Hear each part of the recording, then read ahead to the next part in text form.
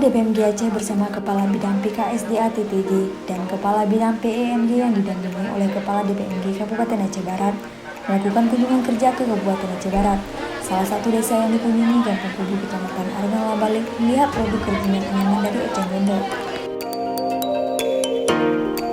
Eceng gondok yang sudah dikeringkan bisa dikreasikan menjadi berbagai kerajinan.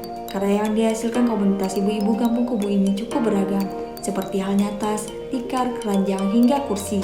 Harganya pun bervariasi tergantung jenis produknya, mulai 10.000 sampai 1 juta.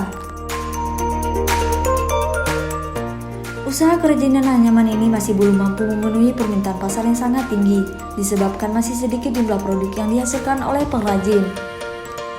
Beberapa faktor penyebab kurangnya persediaan produk kerajinan diantaranya adalah pembuatan kerajinan eceng gondok ini masih diolah secara tradisional dan minimnya jumlah pengrajin eceng gondok dalam menghasilkan produk kerajinan yang sangat berkualitas. Kadis DPMG Aceh Azhari SEMLC mengharapkan pengrajin agar dapat meningkatkan jumlah produksi sehingga ketersediaan produk kerajinan dapat memenuhi permintaan pasar dan meningkatkan keterampilan jumlah pengrajin. Karena ini merupakan potensi yang bisa dikembangkan bersama, sehingga Desa Kubu ini menjadi sentra produksi kerajinan eceng gondok di Aceh, ujarnya dalam pertemuannya dengan pengrajin.